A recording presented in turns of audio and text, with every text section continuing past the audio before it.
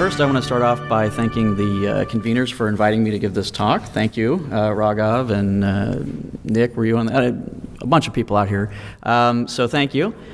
So what I'm sort of interested in understanding, a lot of us are interested in understanding, is the early evolution of life. And if you want to do that, then you'd better consider the environment that evolution is happening in. And so to try to understand the influence of the environment on evolution, what our group has done is used in vitro evolution techniques to try to understand how RNA evolution is influenced by its environment.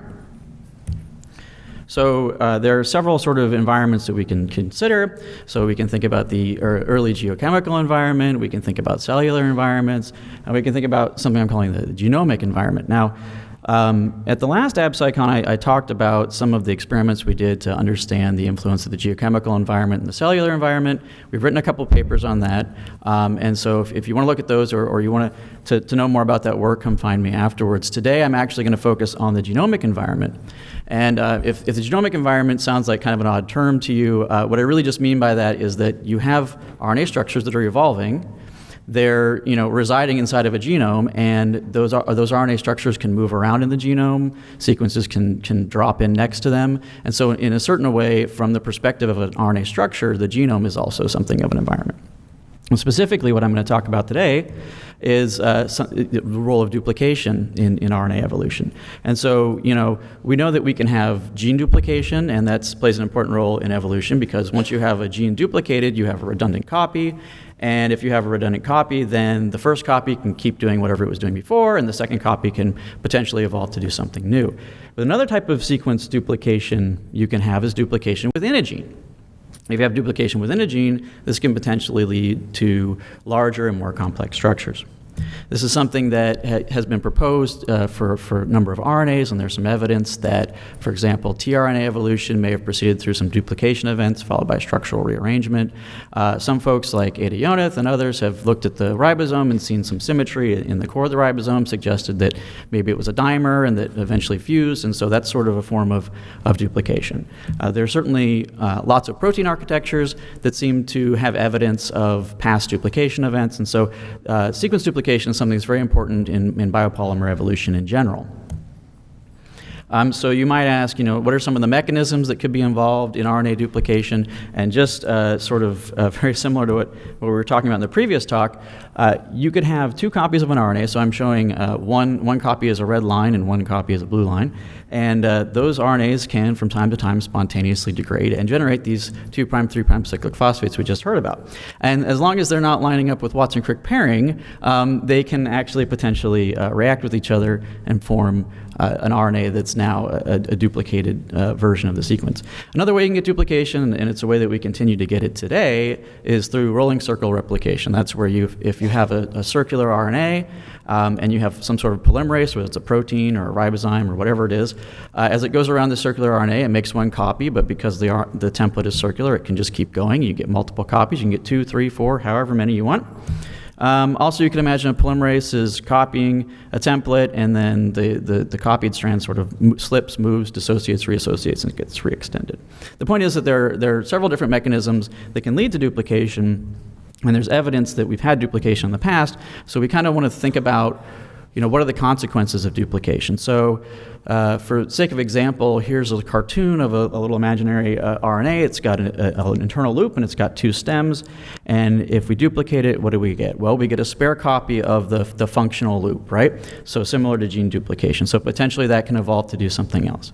But another consequence that may not be immediately obvious is that once you duplicate a sequence, you have this immediate folding heterogeneity problem, because any base pair that you can form within one copy of the sequence, you can of course form between the two copies of the sequence, and so you have to deal with that. So these are a couple of things that could be consequences of duplication. It's all kind of theoretical. Okay, let's actually do some experiments. And so what we decided to do is we took a very well characterized functional RNA. It's an ATP aptamer that was evolved many years ago in the Shostak lab, and it's since been shown to be present actually in biological RNAs as well. And we know a lot about it. We know that ATP binds to this loop that's in the middle. It's very similar to my cartoon on the previous slide. We know what the 3D structure looks like thanks to NMR. And so we decided we'd take this sequence, we duplicate it, we make two copies, and then we would mutagenize it. So we introduce a bunch of mutations to this parent sequence that has 2 copies of the aptamer. All right, so now we have a library of mutants. First thing we do is sequence it so we know what sequences we're dealing with. And then we decided to look at these mutants and screen them find out which ones still have the ability to bind ATP after both duplication and mutation. And so we run them over an ATP column. We throw away every mutant that has lost its ability to bind ATP. We add ATP to the column to recover everything that still binds ATP. And we can then amplify those sequences, and now we end up with a population that's enriched in mutants that tend to bind ATP, and you can repeat that for several rounds, and you basically have several generations of in vitro evolution. So that's one option, and the other thing that we can do, because this duplication event might allow us to have a second function evolve, is instead of amplifying the ATP binders after we pull them off the ATP column, we can just take those and add them directly to a second column, a GTP column in this case, and see if we can find RNAs that can simultaneously bind ATP and also bind to the GTP column. So we recover the mutants that bind to both columns, we amplify them, we repeat this, and again we get presumably a population that's enriched in things that are retained on both columns. So that's the setup. What's the result? Well, for the most part, when we reselected for ATP binding, and even when we did selections that included a GTP binding step, pretty much every mutant that was successful could fold into the structure shown here, which is the same structure that the sort of wild-type starting sequence had, sort of a tandem arrangement of the aptamer. So we had sequences, so here's just an example. So we had a mutant where this U is mutated to an A, this A to a U, this U to an A, this A to a U. This is a 4-way mutant that was very successful, and you can see that this has the same secondary structure as the wild type. We don't disrupt any of the base pairs, we just change the sequence. Another consequence, though, does a little bit better than the wild type because it helps to avoid some of that folding heterogeneity because we no longer have the same sequence 2 times in a row. So that's what pretty much everything looks like. There are some exceptions, though. There were some sequences that did fairly well, like this one here, where I'm showing the different mutations mapped onto the structure, and you can see that this 3-way mutant, all of these mutations are incompatible with the original structure. This sequence did very well in our selections, in all of our selections, so did a number of other similar sequences. But if we map these same mutants onto a different secondary structure, this is what we're calling a nested secondary structure, we see that these mutations sort of make sense in the context of this structure. And this is the predicted free energy structure for this sequence.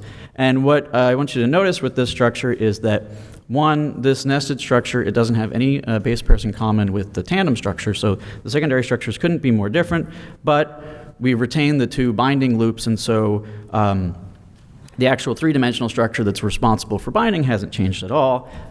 So, not surprisingly, when we look at these 2 different structures and we try to see how well they bind to the ATP column, we see very similar affinities.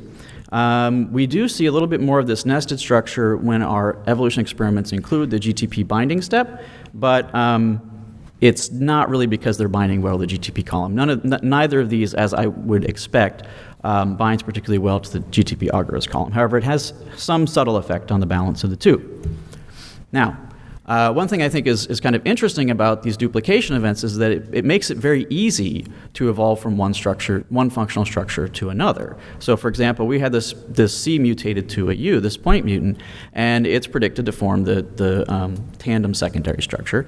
But then if you pick up a second mutation in addition to that, it's actually then favors the nested secondary structure. So you get this shift in the minimum free energy structure in a single point mutation, and you just go directly from one functional structure to the other, which is something that's very difficult to do generally, but in the case of duplication, that seems to be pretty easy. All right, and so that was all based on free energy structure calculations done on a computer, but we wanted to do some experiments to verify that, so we did some non-denaturing gels, and basically if we look at the wild type sequence or we look at mutants that are expected to be in the tandem arrangement, we get characteristic mobility on a native gel. And if we look at sequences that are predicted to have the nested structure, they have a different mobility. If we go back to the point mutant I had on the previous slide, It actually is predicted, the free energy difference between the two structures is predicted to be very small, and so we kind of expect to have a combination of both tandem and nested within the same sequence. And the native gel seems to support that because our peak is shifted a little bit towards the migration pattern of the nested structure, and there's even a little bit of a shoulder there. And we make that second mutation, then it pretty strongly favors the nested conformation, and our native gels sort of bear that out. So before, and so just the one last result that I wanted to make sure I covered is that there are some mutants at high edit distance that are totally incompatible with what we know about ATP binding. So for example, here's a mutant that disrupts one copy of the ATP binding motif, and in fact, it doesn't bind to the column nearly as well. And we only see this sequence and many like it when the GTP binding step is included. So you might think, okay, maybe we found an effective GTP binder, something that can simultaneously bind ATP at one site, GTP at the other. If it does bind GTP or the GTP column, it doesn't do it very well. Very little of the material is retained on the GTP column, though make of it what you will. It's a very, very tiny but reproducibly higher amount that comes off than the other sequences. But like I said, it's not very much. But anyway, the main sort of takeaway from our experiments is that we've shown an example where you can have a very large change in secondary structure without any real change in the actual functional three-dimensional structure that's responsible for function. And so we have these two completely different secondary structures. We have the same motif 2 times. And so I was thinking about what the implications are for looking at naturally occurring RNAs, and what does this tell us about how we should look at them. And one thing it tells us is that you can have duplication followed by structural rearrangement with a very small number of mutations. And so that would be consistent with some of the models for tRNA evolution that have proposed the same thing. The other thing that I think is important to think about is that if there were duplication events in the past, we have to be very careful when looking at modern RNAs and trying to determine what the ancestral form looked like, because there is this opportunity, at least in this particular mechanism, to have a change in the secondary structure. And overall, what I kind of take away from this is that it paints a consistent picture with a lot of other work, which is that there's sort of a hierarchy of conservation in biomolecules, which is that if you really want to identify what's going to be conserved over the longest period of time and is going to be the best thing to look at, it's the three-dimensional structure. And then maybe a little bit less reliable is secondary structure, and then sort of the least conserved thing is sequences. And so I think that sort of hierarchy of confidence is something we should keep in mind when doing ancestral reconstructions, and it highlights the importance of understanding the three-dimensional structure. And with that, I'll just acknowledge the people who have been involved in some of this work. Particularly want to acknowledge Andrew Plebanek, who was an intern who basically designed these experiments, did the selections, was heavily involved in the analysis, and did a lot more than I would I have any right to expect from an intern. So that was really fantastic. He's off at grad school at UC Berkeley now, and if we have time, hopefully I can take some questions.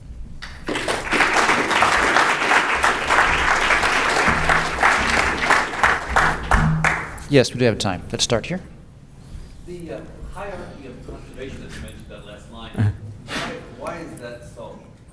Why is that so? Well, because It would be the case that sequence would be less conserved than the second. I would say if you're trying to conserve a function, I mean, it's the active site. It's the three-dimensional structure arrangement of atoms that matters, right? So you can retain, like I've shown.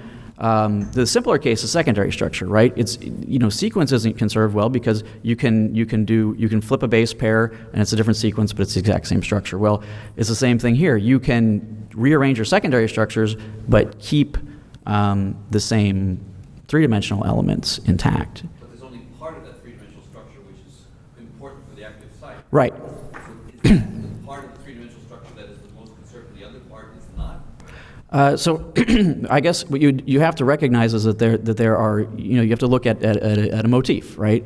And so, it's somewhat modular, right? So yes, the entire three-dimensional structure of the whole molecule is different, obviously, but there are units and modules within it. And so that, I think, yeah. Okay, yeah, standing here. Thanks, that was really cool. I wonder if you looked at the binding constants for ATP and checked to see if it retains the capacity to bind to equivalents of ATP. Well, I think it'd be interesting both from the perspective of, do you see any cooperativity or anti-cooperativity? And also, I wonder if it's possible that you're missing the double binders because those would bind so tightly to the resin that you might not be able to elute it even with monomeric ATP. Okay, there's a lot there, but yeah, so I mean, we haven't sort of independently measured the KDs. I mean, you know, you'd expect them for the individual binding sites to be pretty much the same, but you know, we do know that if you disrupt one copy, that they don't bind nearly as well as. So obviously, the presence of two copies, they're doing better. And as far as cooperativity, it's not clear. Yeah, you know, I suppose it's possible, right? If there were some new structure that formed that was really tight. Or just you're getting the second binding event for free entropically, basically. So.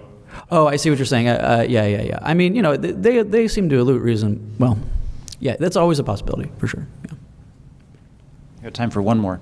Steve. Yeah, so the low information density of RNA is a direct consequence of it having only 4 letters, which is why you get these misfoldings. You get them, as you mentioned, in natural. I think that leucine mitochondrial tRNA has ambiguity in the folding as well. So, of course, obviously, one solution is to go to an expanded genetic output of 6 letters. But there's another way, and that's to go to higher temperatures, which that will then discriminate between, it has to go to the precise temperature, that's a higher temperature. Mm-hmm. So have you ever done this to see if you run the column at 30 degrees, was it 25 degrees, you get very different profiles in terms of what survives? Well, we haven't done that. What would? No, we haven't done that. I mean, it would be interesting to see what happens, but no. Excellent. Okay. Thank you very much. Great.